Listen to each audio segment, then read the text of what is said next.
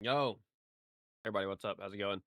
Harold here, and we're going to check out the dev talk for Black Ops 7, see what they added. It's gonna be a short one. I think most might end up being like 40 minutes to an hour. I don't plan that, it just happens. But let's get into it. Hey everyone, Matt Schrontz, Design Director at Treyarch, back again to talk about some updates for multiplayer in Black Ops 7. Okay, so the first topic I want to touch on is the whole aim down sights, ADS, while sliding, diving, wall jumping topic. So in the beta, that did require you to take the dexterity perk. The team looked at all of our options and ultimately landed on providing the most fluid experience by default, which does mean we've reintroduced the ability to aim down sights while sliding, diving, and wall jumping by default. You do not need to take the dexterity perk. Dexterity will still speed up those interactions, sprint to fire, slide to fire, but you will not need dexterity perk to ADS while I think you just said it makes it like faster, more responsive. If you take the perk, it still exists. Otherwise, in a more toned down version. But I mean, it was kind of dumb. I don't like having attack. Attack fire is cool, kinda. Sometimes it's funny when like there's like a cheese build where like it's just insane, but like I don't want to like forced on me, right? So yeah, this is a good change. doing those actions. Okay, next one I want to touch on is just to reconfirm a topic I touched on in our last dev update about footstep volume. We have slightly increased the volume of our footsteps in multiplayer. We're very happy with where they're at, where it's going to incentivize more stealth play styles without over-indexing on the need for the ninja perk. Okay, next I want to touch on where we've landed with our slide tuning. So they don't want you reliant on having to take the perk. That makes sense. I mean, it does suck because the way, especially the way they have the perk set up now, to where like ninjas on tier with like the rest of the stuff you used to take with it. Like, yeah, I guess that makes sense.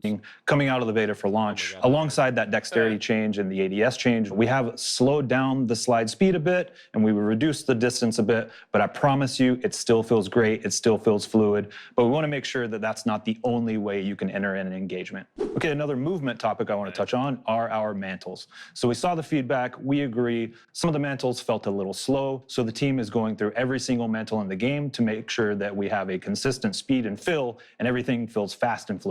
The next one is a meaty topic, and it's about our perks and our perk distribution. Oh, they moved Got a around? lot of feedback. We made some changes ahead of beta coming out of our blog. A lot of you had a lot of feedback on that, which we appreciate. But the big changes that we're going to focus on here for launch are, one, we want to make sure that we are incentivizing and allowing for varied play styles. Two, we saw a lot of feedback on how stacked slot one was. So we've made some adjustments there that I think you're going to be happy with. And then three, there were some kind of niche underutilized perks. So we've actually made some combinations of perks to make those chunky decisions and choices. Okay, let's get into the details.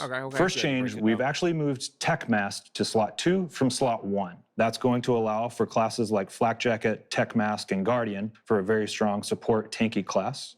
We've moved Tac Sprinter to slot 1 from slot 3, Looper to slot 3 from slot 2, and that's going to let you loop your score streaks. Cold-Blooded is going to slot 3 from slot 1, and that's going to allow for full stealth classes like Ghost, Ninja, and Cold-Blooded, with a wild card, of course. Scavenger is going back to slot 2 from slot 1. Nice. And then we'll start getting into the combinations of those underutilized perks that I touched on. So first up, Shadow, which allows you to move by traps without setting them off, has been added to Engineer. So that's going to be a fun perk where you can actually see enemy equipment through the world and then also approach it and not set those traps off. Vendetta, which allows you to see the location of your previous killer, has been added to Assassin. So if you really want to target a single player on the enemy team, this is going to be your perk. So one for our melee players, we've actually added Bruiser, which gives you increased health regen and score for melee kills to close shave. So if you want to go all in on that melee playstyle, this is going to be the perk for you. With your Hunter's Instinct, which gives you intel on a nearby enemy after a kill, has been added to Tracker.